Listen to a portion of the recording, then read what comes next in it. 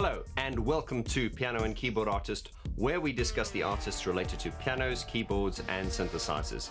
And continuing with my Depeche Mode album review series, this is Violator Part 12.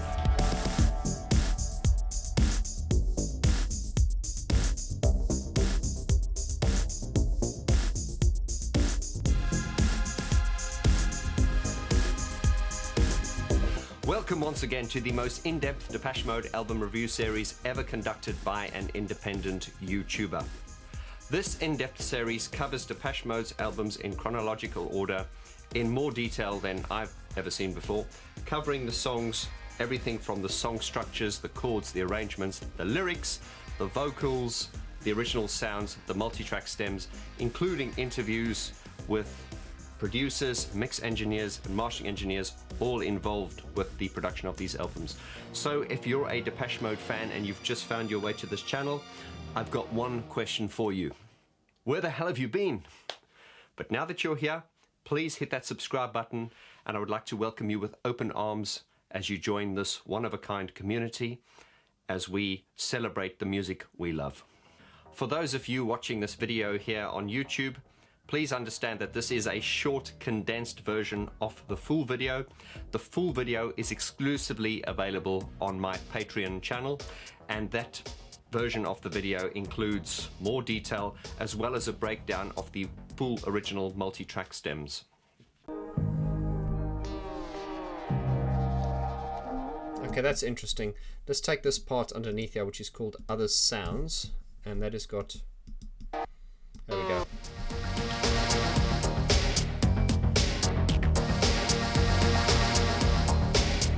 To gain access to all my premium material, you can join the Patreon community for as little as $2 a month and have access to all the goodies there in Patreon, and a lot more.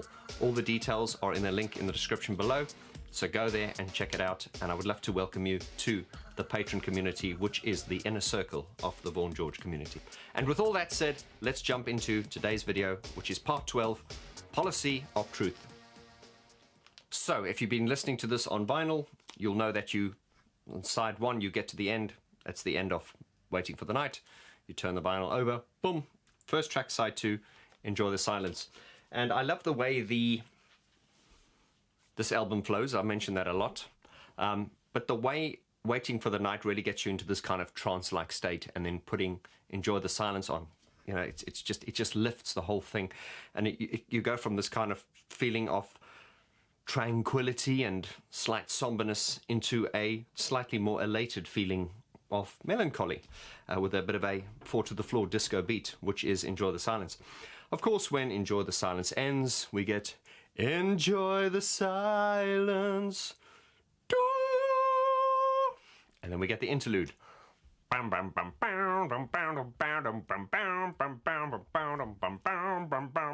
Bring it in, Fletch. Crucified! Yes, that is Fletch's voice, apparently. I did learn that not too long ago. So, Fletch does have a vocal on this album. There have been all kinds of rumours, and you can imagine there are all kinds of rumours. And one of the rumours are that the guitar part that he's played on Crucified is played by Dave Gahan. Now, I don't know where that comes from. I don't think it's true. I'm sure it was Martin that played it, but anyway, that's just one of those things out there. But it must be true because it's on the internet. Crucified is a very effective interlude, just the way it blends the two songs together. In fact, this whole album is a journey with a lot of the songs kind of being seamlessly blended together. Crucified is simple. It's just on the E minor, starting off like this.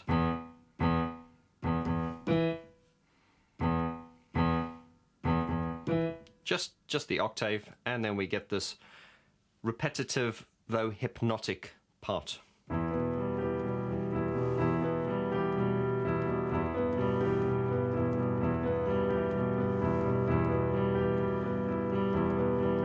Go on, Fletch. Crucified.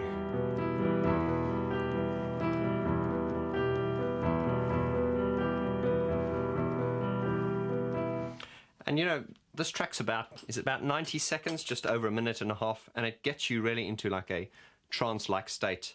And then you've got those distorted they're not bagpipe sounds, but they kind of have like a bagpipe quality to them. A lot of the sounds in this record, I've got no idea how they achieved them, but they're effective. So really, just musically speaking, you know, just if we just examine it on the piano without all those great synthesized sounds, just look how how it goes from tension to a sort of like a feeling of comfort and resolvement when we get the opening notes of Policy of Truth.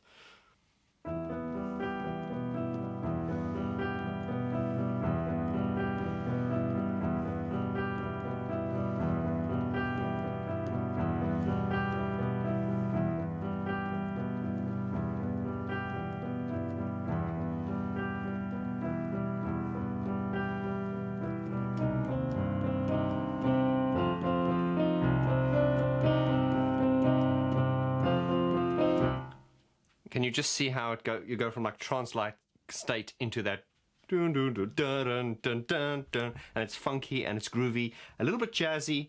It's a great it's a great way. This album is a whole journey, but this is just one of the many examples of how it plays and it toys with your emotions.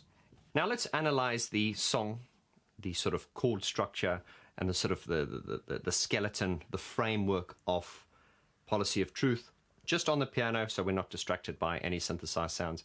And then afterwards, I will play you some of the original sounds from the Emax here. Starting, it just moves from a C to an F, from a C to an F. The chord movements on this song, I would say, are very stern.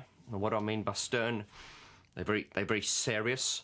But with these the serious feeling of the chord movements, you know, it's got like a stern kind of feeling. Within that, you've got this dun, dun, dun, dun, dun, and that gives it a bit of a funky kind of, dare I say, kind of a bluesy, slightly jazzy kind of feel. But the shell chords are really starting on a C minor and then moving to an F, dun, dun, dun, dun, and back and forth again. Chord-wise, it's very simple, but the chords are very, very effective, and there are Goreisms in this track. Remember, a Goreism is a phrase I've coined, and what I mean by that is it's a layman's term. It's not a musical term. It's just a layman's term for, in every sequence of Martin's melodies, there's always a note somewhere that comes in and kind of catches you off guard, and I call that a Goreism. In fact, I should do a video particularly on a Goreism and go into a lot of detail. So let's look at the first verse with shell chords. You had something to hide.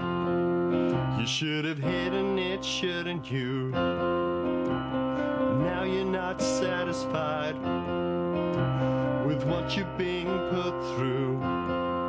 It's got a really nice swing and a sort of grooviness to it. It then goes down to this G sharp. It's just time to pay the price. And then to the F minor. Not listening to advice, deciding in your youth. And there's the Goreism. Youth on the policy of truth. Once again, it's playing with your emotions, just the way it moves from stern, and then there's a Goreism where it feels a bit discordant, and then in comes the relief with a do do do do do do. Martin, you are a very, very clever man. I've always said that. Okay, let's look at that again. It's just time to pay the price for not listening to advice, deciding in your youth on the policy of truth. And then the bass here goes.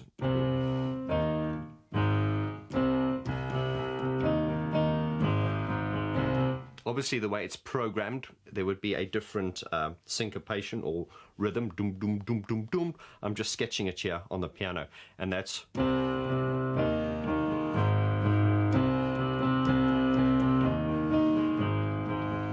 Back to the next verse. Things could be so different now.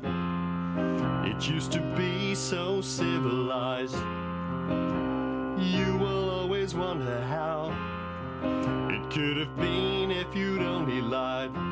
Back to the bridge again. It's too late to change events. It's time to face the consequence. The delivering the proof in the policy of truth. Bum, bum, bum, bum. And then we get variation. Never again is what you swore the time before. Never again is what you swore the time before.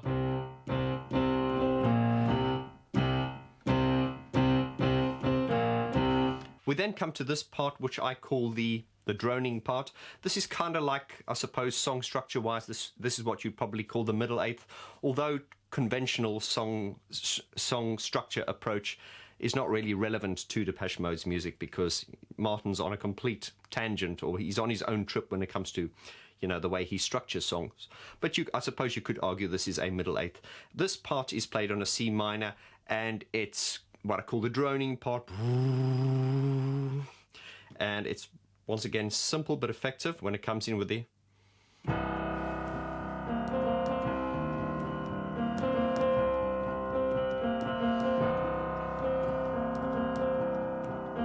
Now you're standing there tongue-tied. You should have learned your lesson well. Hide what you have to hide, and tell what you have to tell. And now it resolves back to the bridge part again. You'll see your problems multiply if you continually decide to faithfully pursue, there's the chorus again, the policy of truth. And never again is what you swore the time before. Never again is what you swore the time before. And that's like the basic sort of shell chords, you know, structure-wise. And then, of course, you've got lots of little riffs like that thrown in. And once again, the basis of this is very, very simple, but it's all these little things thrown in, these little layers and atmospheres that make this song incredible, like every other song on this album.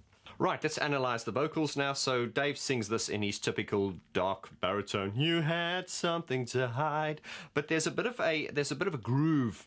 Listen to the way he goes. You had something to hide. There's a bit of lightness on it. It's not you had something to hide. It's not direct. It's more you had something to hide. Na na na na na na. It's kind of jazzy and bluesy, and he kind of really swings around the note, which is really, really pleasing. But it's still direct and confident. So it's you had something to hide. You should have hidden it, shouldn't you? And should have hidden it, shouldn't you? Da na na na na na na na. It's very, you know, it's bendy and a bit jazzy and a bit groovy. Now you're not satisfied with what you're being put through. The lyrics of this song, as I've mentioned in a previous video, is similar to Get the Balance Right. It's all about that, you know, be a good person, get the balance right, compromise, sometimes lie. And I could relate a lot to this song as a good guy, growing up and always trying to do the right thing. And then sometimes you realize that being a good guy and doing the right thing and always being honest sometimes means you get fucked over. And this song, basically, never again is what you swore the time before, would mean that you're an honest person, you've been honest, and it's bit you in the arse. Another situation arises, you're honest again, you get bitten in the arse, and it's like, never again. So this song is very, very grown up, and it makes you think. It's the dilemma in life. It's being a good person, compromise, sometimes lie, do what you need to do. The policy of truth will essentially get you into a lot of trouble. Martin's vocals on this song, he basically just sings a third up on Dave, you know, as a harmony, And then, of course, when it gets to the chorus, in the policy of truth, Martin just sings a straight octave, which is 12 notes above Dave, just to give it that iconic Gore Gahan sound. Martin's voice can be heard the first time on the bridge, and he sings above Dave when Dave does this part. It's just time to pay the price for not listening to advice, deciding in your youth on the policy of truth. That's Dave's part in that register. Martin then comes a third higher, and he goes, it's just time to pay the price for not listening to advice, deciding in your youth. And then he goes to, on the policy of truth. So he goes from a third and then jumps straight to the octave. Once again, it's just time to pay the price for not listening to advice, deciding in your youth on the policy of truth.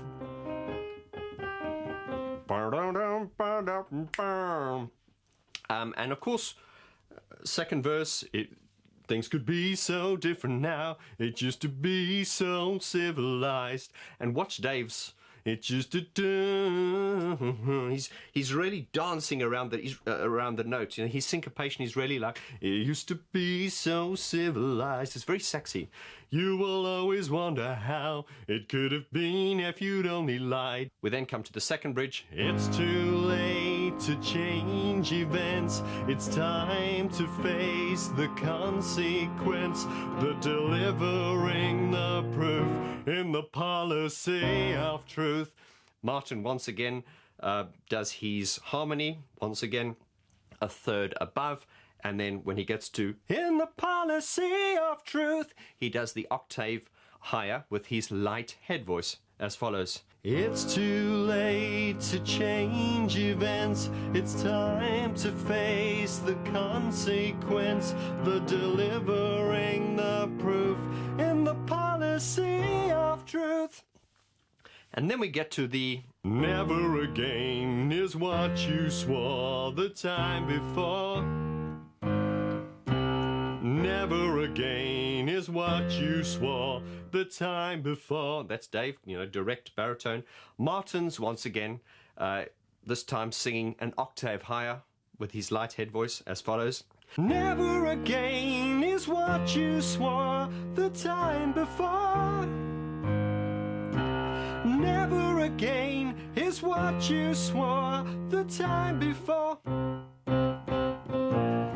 We then come back to the middle eighth, or the droning part as I call it, and Dave sings this in a more breathy, with less attack, more breath on the voice, more subtle and less direct than what he sings the verses and the chorus, and it's as follows. Now you're standing there tongue-tied. He still has that na-na-na-na-na. He still has that bend on it. Now you're standing there tongue-tied. You better learn your lesson well. Hide what you have to hide, and tell what you have to tell. You'll see your problems multiply if you continually decide to faithfully pursue the policy of truth. Martin coming in once again, taking the same approach, singing a third higher and then jumping to an octave higher. Never again is what you swore the time before. And they've both got that little bit of a groove and a bend and a swing to the vocal. It's not direct, it's very It sways and it swerves, and it's awesome. That's the structure, that's the vocals. Let's jump onto some of the iconic keyboard parts now, shall we? Right, let's examine some of the keyboard parts now. I have Fletch's keyboard bank here. Probably haven't got every single sound that he performed on this song, but I'm going to play you what I have. So on the Emax here, this is Fletch's bank. Let's have a look at what sounds are in there as we go chronologically up the keyboard. Nothing there. Oh. This is the droning sound, which I'll demonstrate to you in a moment. Nothing here. There's something. Nothing there. There's the sound. And that's it, really. Nothing there, really. Okay, so what is this? Well, that is when we get to the chorus. In the policy of truth.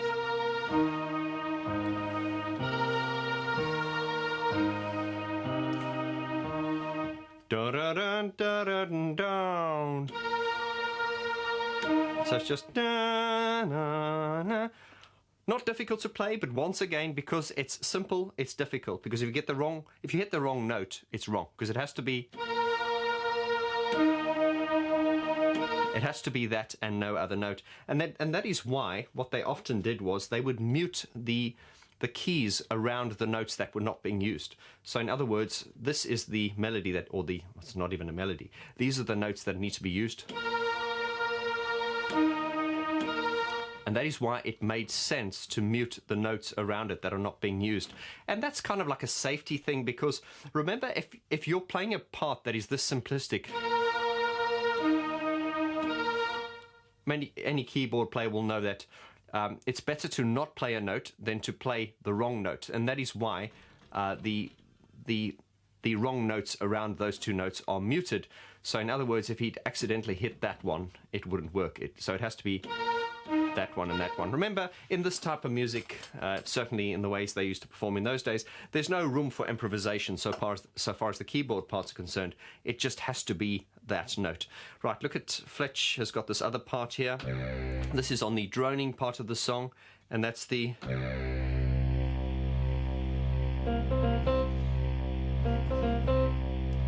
Now you're standing there tongue-tied.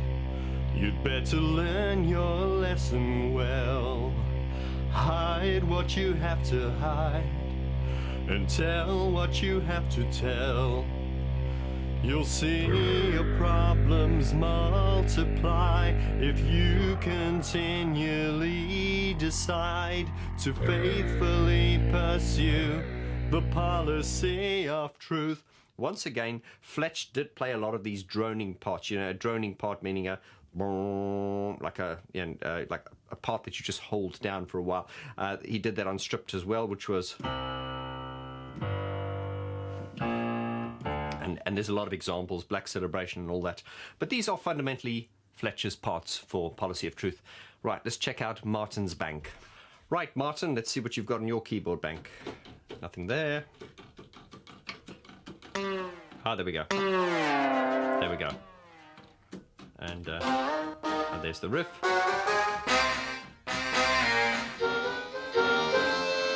Okay, I don't know what those parts... Remember, this is the keyboard bank from Devotional, so the songs were slightly adapted for that tour. But let's just focus on the sounds that we know Martin used. Right, so this part here... And that's basically a guitar. It bends from a G to a C.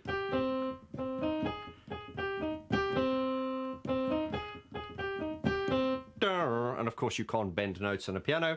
But interesting analysis is to see how everything was programmed onto the onto the keyboards. Now, had this been a conventional band, they would have probably played that part on a guitar and gone dun dun dun dun dun.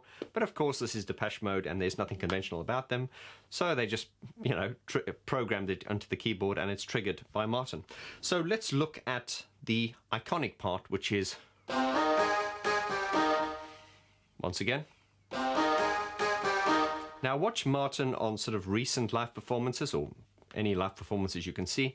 Watch what he's doing. You can see if there are any camera angles, filming the keyboard, you will notice him doing this.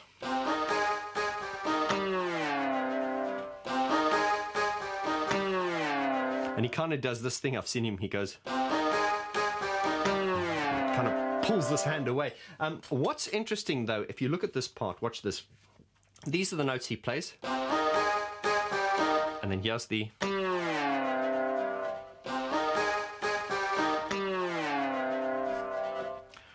Watch when you hold this note down, watch what it does.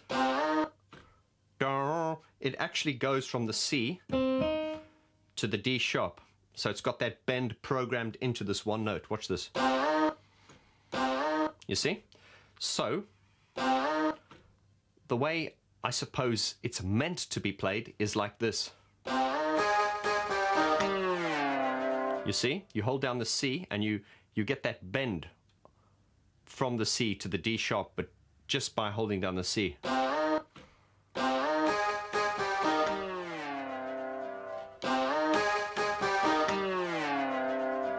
However, Martin doesn't do that live. Watch him.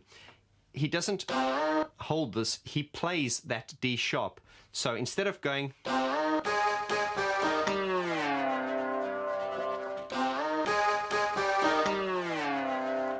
he actually plays this note. So Martin does it this way.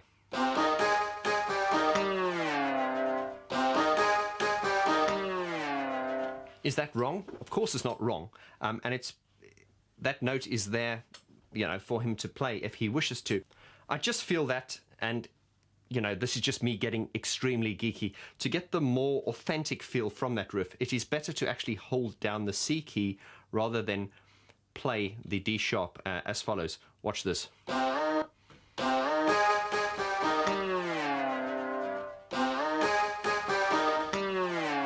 You see, by holding this, you get that. Now, why does Martin choose to play this instead of holding this down? Once again, this is how I prefer it.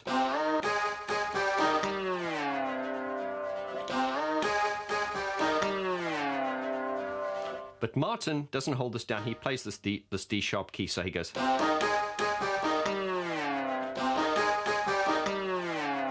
And I think the reason he does that, and I'm just speculating now because I'm not Martin, I just think that although it doesn't sound quite as good as holding the C key down, I think it's easier to do because it's just a bit more pronounced. And remember, when you're playing huge venues like they do night after night, it is better to take a less risky approach, because once again, when you're playing a melody that is as simplistic as, it's a very simplistic melody, but because it's simplistic, you need to hit the right note. And I just feel that it is probably easier to play it the way Martin plays it.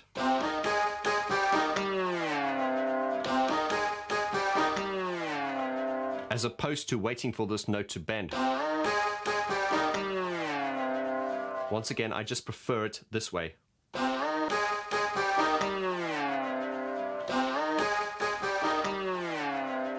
But Martin plays it this way by hitting the D sharp key.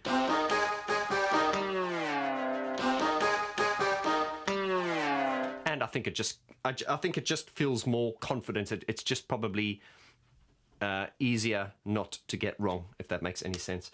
When we get to the part, never again is what you swore the time before, just as we're getting to that droning middle eighth part, we have this.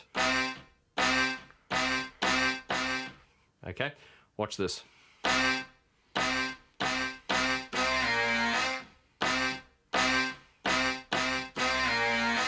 Now watch Martin on any live performances. When it gets to that part, you will see his hand is at this position in the keyboard, and you'll see him kind of hammering like this. It's.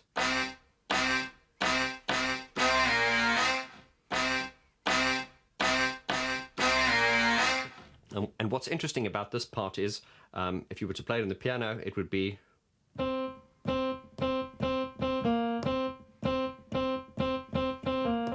But once again, they've got all the effects and the bend and everything programmed onto the key. So here's the first part, and the second part is. So it's got that bend programmed on this A sharp note here. So it's.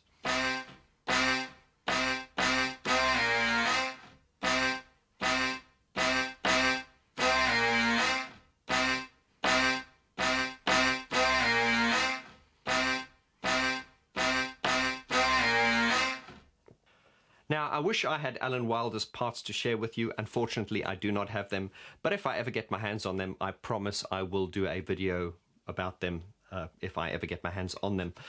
For now, if you're watching this video on YouTube, we're going to jump into the piano improvisation. But if you're watching it on Patreon, we're first going to do the full multi-track stem analysis and then come on to the piano improvisation. Right, and sticking with tradition, let's do the piano improvisation. Once again, I like to do this because it helps you to hear the song in a different way by stripping away all the glorious electronic sounds that we're so used to. just playing it on the piano helps to illustrate the simplicity and, you know, the hidden simplicity and the beauty of the song. Once again, I'm not reading this, I'm just playing it on the fly, improvising it, and just flowing as I go along.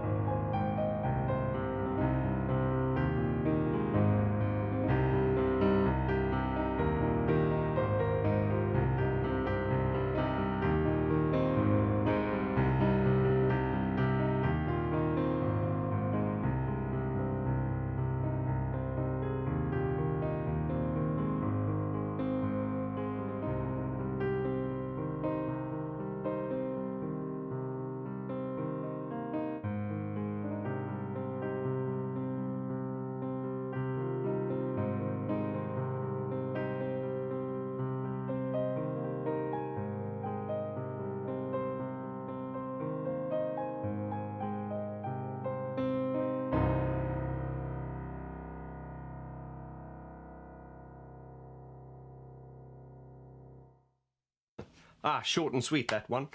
Right, my friends, I hope you enjoyed this video. Now it's up to you. Please leave your comments below in the description. Let me know what you thought of this video, anything you want to say about the Depeche Mode album review series in general. We've got 2 more episodes left. I'm planning to wrap this up by the end of this year. And then, of course, when we get to the final episode, which is clean, I will give the album a rating. And I'm looking forward to wrapping this up and then eventually next year getting started with the next one, which is Songs of Faith and Devotion, which is the big one. Not that this isn't the big one, but I want to raise the bar even higher for that one. But in the meantime, I've got my hands full. I've got my album Dark Society, which is coming out in March, and you can read all about that in the description below. We've also started a crowdfunder, so if you want to get behind that, I would appreciate your support. Also, one thing just worth mentioning is if you're a fan of Depeche Mode artwork, Brian Griffin has made a exclusive Christmas offer if you guys want to take advantage of it. All the links in the description below. This is the only channel in the world where you can actually buy original Brian Griffin Depeche Mode artwork, which is autographed by Brian Griffin himself. So take advantage of that Christmas offer. It's in the description below. Hey man, hit me, contact me, let me know if you want to work with me, if you'd like me to coach you. Once again, all the details are there below. I want to thank you once again for being here. You mean everything to me as a subscriber. and without you, I would not exist. So thank you so much, and understand that you being here is not taken for granted. Thank you so much, lots of love, and I'll see you on the next video. Adios.